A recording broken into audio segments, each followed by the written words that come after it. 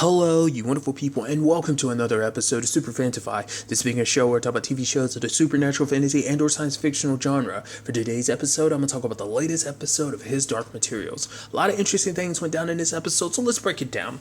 Well, first and foremost, there's a whole situation, which I should, I'm constantly surprised by just how crazy that alethiometer is. Because this was the first time we've ever really gotten to see what Lyra sees, because we saw a glimpse of almost like something she was picking up from the alethiometer. Because obviously the fact is it's warning her like, oh, there's this many people waiting for us with these many weapons and stuff like that. I'm like, that's nuts. I mean, what I brought it up last episode of just like how long it takes the magisterium to like translate the alethiometer into what she can do in seconds. That's crazy. I guess there's like some like sync rate between like, Lyra and her alethiometer. I guess it's kind of like that sync rate is at like synchronization is at like 100% or something like that, whereas like other people, maybe I wonder, is it just Lyra, or are there certain people that have a special affinity to the alethiometer, whatever the case may be. But for it to give her such specifics like that, I guess I just never really correlated just like how specific the alethiometer can be. But also just, and it's so interesting because I made that point last episode. I'm like, I got this inkling like that's going to go down a bad road. The whole aspect of like her relying on it so much. But to be fair, her reliance on it is because everyone else relies on it too. Because they're kind of like, we can't let you go anywhere because we need you. Because we need your alethiometer to make sure that we stay safe. But also at the same time, it's like, because obviously she's having this like vision of like, yeah, I need to go somewhere, I need to chase some ghosts. She doesn't know why, but the alethiometer is pointing her in that direction, which Father Corman's like, the fact of the matter is this is where you need it. If you really want to go, why don't you tell Mom Custer that the fact is that looking for Billy is coming second to this inkling that you have. And even Billy's mom being like, I don't know, like, you're really asking me to trust? She's like, no, trust in this. The fact is, if it's pointing me somewhere, that must mean that it's important, right? So she kind of has to trust her instincts in this situation when everyone else is kind of telling her not to. Understandable. I mean, literally having Lyra out of your reach, I mean, for one, that means someone could get her, but also like it leaves you and the group of Egyptians, vulnerable, so it's understandable why you want your secret weapon just kind of up and going and doing their own thing. But regardless of all of that, she goes off with Yurik and Pan to kind of check out this village because she's like, yeah, there's something there, and she's just not quite sure. Along the way, I did like that we did kind of get a little more background with Yurik. And I thought it was kind of interesting because she even was like, yo, does it feel weird not having a demon? Which I think it's kind of weird to think that like a bear would have a demon, but I guess it's because maybe bears are the only non-demon animals in this world. I mean, we see that he's like eating a deer or something, right? So I'm assuming that bears are the only, what's the word I'm looking for?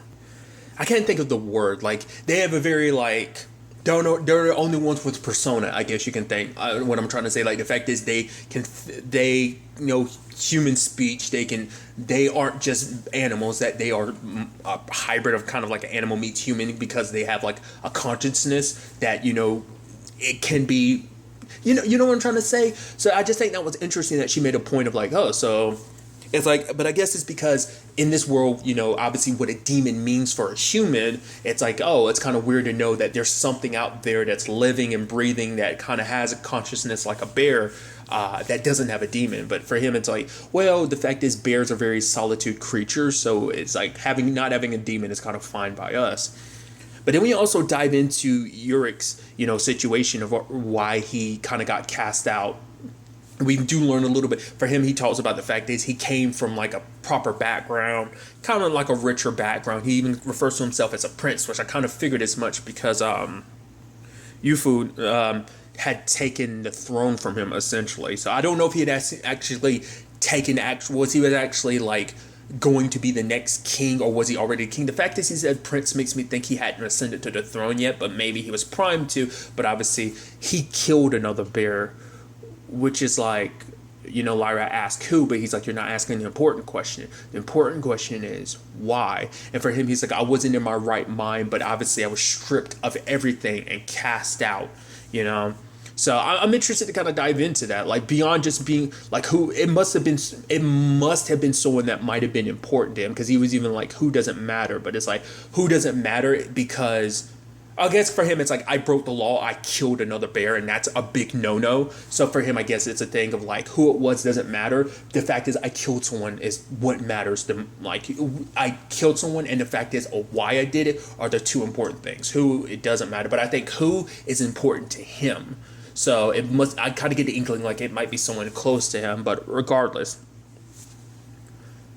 And I like that whole conversation of like, yeah, the fact is Azrael needs to be careful because he's not going to be able to escape easily because bears were strong. We could literally crush a human, crush a seal with like our one paw, tear off an arm and stuff like that. But it's like, yeah, but he's smart. And it's like, yeah, but bears can't be tricked. Humans can't really look through deceit and stuff like that, which is so interesting because he's saying that to Lyra, who can, because of the alethiometer, see this through deceit. So it's kind of interesting that he's saying that. But basically, it's like bears can tell when humans are lying and stuff like that. So there's no throwing a fastball on them, but it's like, yeah, but Lyra, and it's actually kind of sad because Lyra is like, well, look at the fact is he lied about not knowing who my mom was, even lied the entire time that he was my dad, making me think he was my uncle. So, but it's like, yeah, but you're not a bear, which for her, I guess she took that almost as a challenge. She's like, no, you'll see, I am part bear, because I guess because the alethiometer does kind of allow her to kind of see through deceit. Once again, like I said, kind of making her similar to a bear. So that's kind of interesting. But when they arrive at the village, both Pan and Lyra have this sinking feeling. And I think that's such a curious thing that maybe they weren't aware of it, but because of their connection as a human and her demon, maybe they were able to sense something. It's like, there's something not right about this. It's scary. It's sickening. And when they get there, it's like they find Billy in there, but it's rough. And he's like, wait, where's your demon? I'm like, whoa. And then I start thinking, like, my mind immediately goes like, you don't think something crazy happened? Like they fused him with his demon, or maybe they made him eat his, like, that's where my mind went immediately, because that's just how my brain works. I was just thinking like, oh, what? But he looks in bad condition, and bring him back. They end up bringing him back to his mom and Tony, but it's still, it seems that they had separated him from his demon, and it's like, because the thing is, we've never seen the extended effects of a person being separated from their demon, like, and to see that happen to someone so young too, it just makes it even more heartbreaking.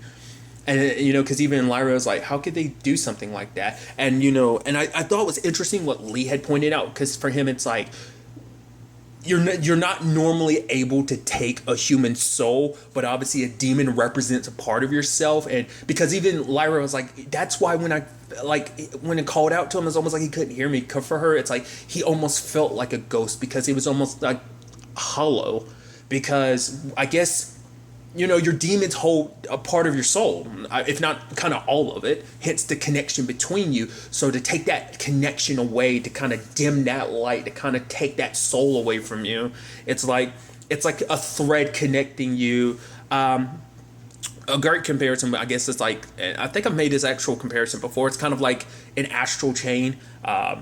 How you're connected to your legion by that chain. It's almost like the further that chain is reached out, the weaker and more vulnerable the chain becomes, until it finally just breaks. I think that's kind of what that kind of alludes to a certain extent. Like there is like a soul connection there, and the moment that connection is severed, at the very least it's pulled to its extremes by them being so separated. And I was like, that's so messed up. And it just, and the kind of pain he went through, kind of basically kind of dying slowly like that, is just because he'd basically been walking, because the reason why he was there alone is because I guess it's like, it's not a thing of like, oh, he escaped. It's like, no, they just let him go because this is all a test to them, which makes this situation even sadder when you actually think about it, because it's like, let me finish up what I was saying first. But regardless, like the thing that Lee said of like, the fact is you can take someone's soul, you can do whatever you want to them. So that's what this is all about, like testing the limits,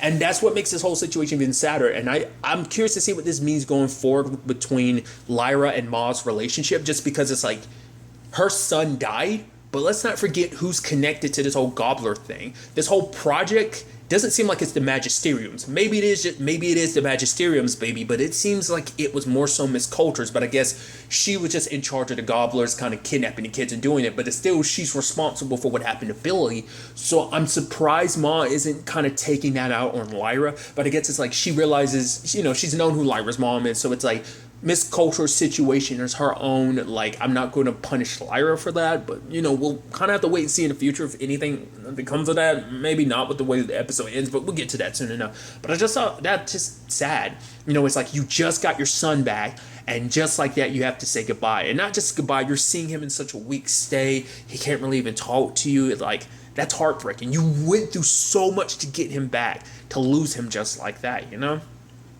It's sad. Which then your mind immediately goes like, that means that you're doing this to every other child. Because, immediately in Lyra's mind, it's like, this could be happening to Roger. I need to get to him now, And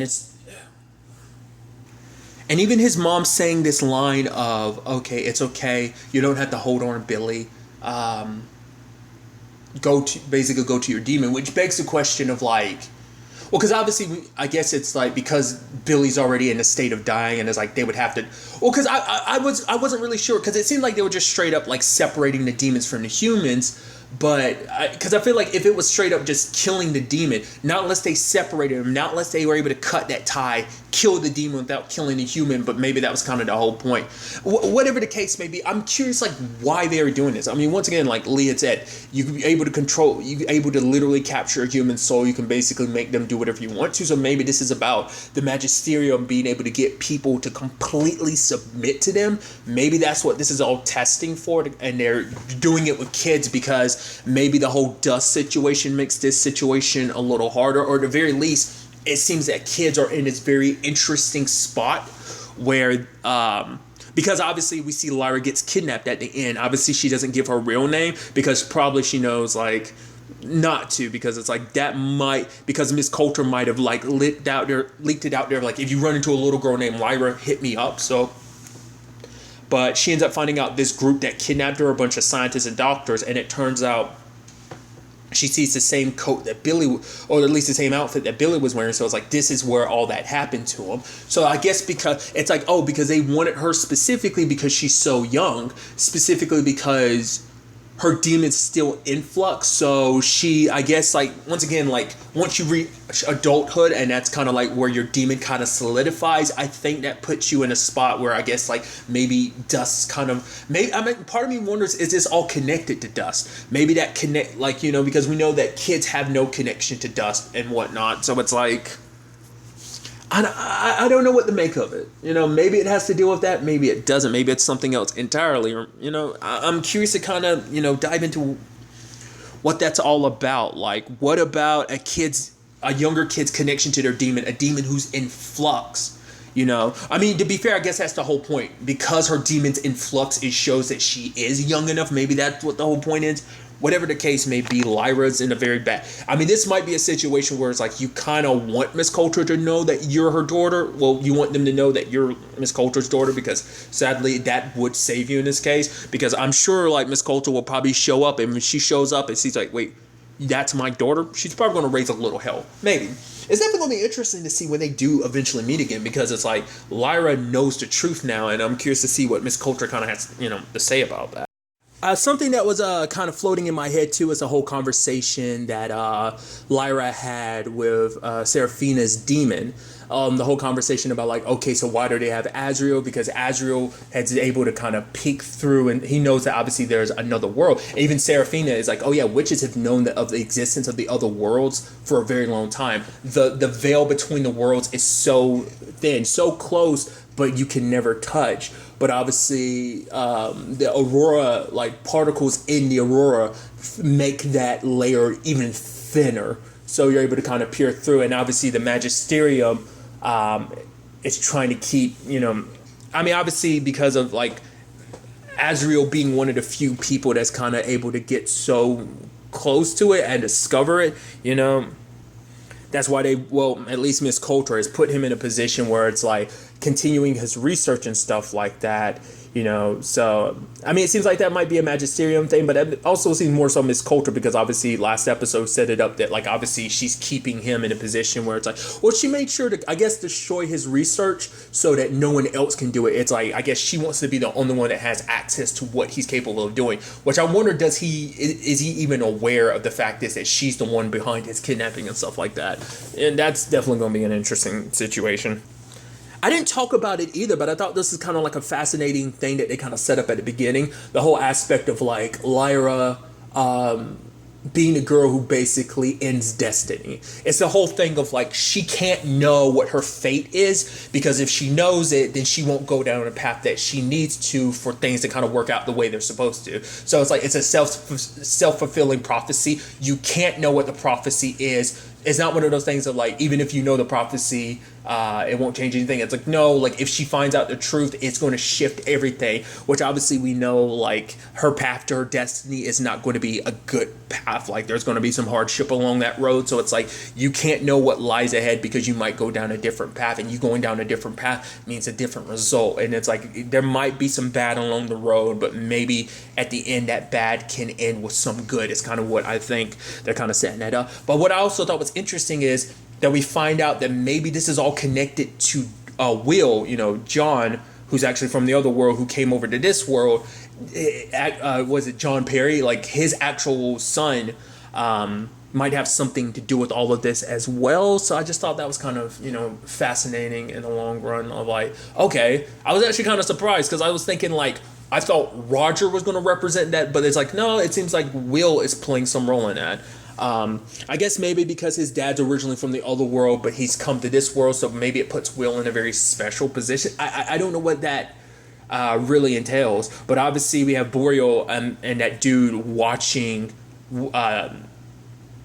John's wife and son trying to get their schedule down and stuff like that. And then obviously there's this douchebag at Will's school that's like, oh, like, kind of calling him a freak and stuff like that. I was like, what the hell is that about? And then we kind of see a little bit later on, I think his mom has like some mental issues. What it almost seems like, I don't know, it seems like there's some underlining OCD, which just the fact is, it seemed like what it took her to lock the door. I don't know if that was kind of like an OCD, and then like she's tapping the bricks and then eventually like the wood on the wall. That seemed like an OCD type of thing of like, you have to like, certain actions have to be taken like multiple times, or you have to do certain things in a certain pattern. Because even she's very like particular about like the fact is she's noticing that certain things are moved, and even before she was eating, she like adjusted her plate just slightly. So I don't know if that's the only thing, or is that just kind of an underlining byproduct of something else she might be going through. But obviously Will's in this complicated thing of like, he's looking after his mom, even like his boxing coach being like, hey,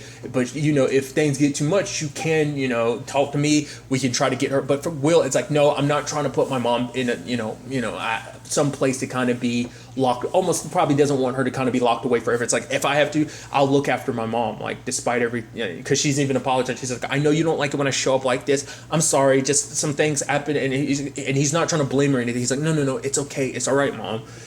So she knows something's off. And then she's even talking about the fact is that, Will's so much like his dad. The fact is that you kind of have a great destiny, but he's like, no, I'm ordinary. It's like, no, the world is broken, and it's going to need men like you, like your father, who will fight, and you to kind of, because she knows that whatever this whole situation is, Will's destiny is pushing him towards following a similar path to his dad.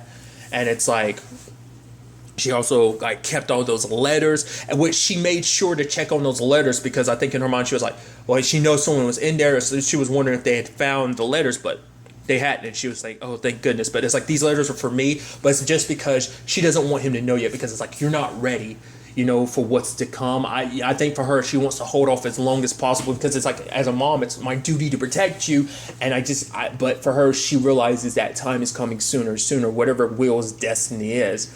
Things are being set in motion. Obviously, Boreal has that hacker dude looking into her accounts, and it turns out like every so often they're getting small increments of money, because I like the way he described it. This because John realized this was going to be a marathon, not a sprint. Rather than giving them a large sum of money all at once, he gives them a very small amount over the course of time. It's like the amount doesn't necessarily matter. It factors into the fact is that it's still continuing to today. So whatever it is, he knew he was going to be gone for a very long time. Because I like that he made a point of like, this man has been on so many other expeditions and so many like, battles and stuff like that. But this particular time is when he decides to set up something, because there was a part of him that probably either wasn't sure if he'd come back, but also maybe wasn't sure how long it was going to be. But he knew it would be a very, very, very, very long time.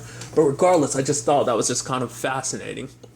So obviously, we know that he did go to the other side, but the question is, like, what is he aware of that window, or was there another window, or to that other world that he found? Because obviously, there's probably some points, obviously, where the veil, like I said before, kind of similar with the Aurora. Maybe there's certain points on their side of things outside of that window. Maybe there's another place where the veil is very, very thin.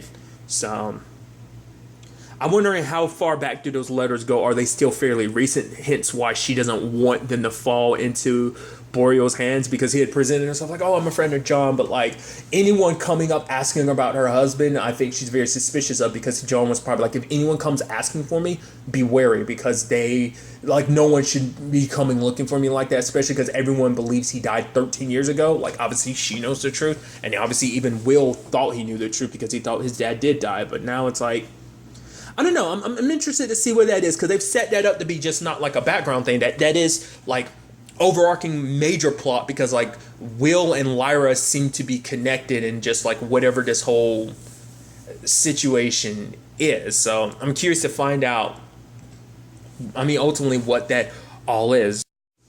Really quickly too, I figured I should add this in because it was something kind of floating in the back of my mind with the whole alethiometer thing. How John Farr was kind of bringing up the whole fact is that like the alethiometer is kind of warning you. It's always trying to warn you, basically, like that's why she couldn't get a clear picture of the Billy thing, because it's warning her about so many threats, or maybe that threat in particular, or maybe that's kind of one of those things of like, it had to point you in the right direction, but it couldn't be clear cut about what it is, because everything needed to flow once again into a certain direction so that you will go in a certain direction, your destiny and fate and all of that, or rather your destiny to end all destiny type of situation. Regardless, I just thought that was kind of fascinating. So maybe, I guess, like when you're in a position where there's so much danger at once, even the alethiometer kind of gets, because once again, it's the whole thing of like, oh yeah, I trust in the alethiometer and stuff like that, which part of me wonders, is that what's going to lead to the ultimate betrayal, because she feels the need to trust in the alethiometer that much. It hasn't let her down thus far, but once again, I still just get that inkling of like, man, there's got to be a downside to that. There has to be, there's going to be, but hey, maybe I'm completely wrong about that. But I'm interested to kind of dive into that and finding out, like, I don't know, maybe I'm reading too much into that whole like situation of like, maybe the alethiometer can't get a clearer picture when there's so much present danger at once. But regardless, like I said, that was just something floating in the back of my mind. Whether that's really something, we'll ultimately have to wait and see. So, but really, that's all I'm going to talk about. So the next time we meet, be happy, be safe, live life to the fullest, and enjoy it. Good day and goodbye.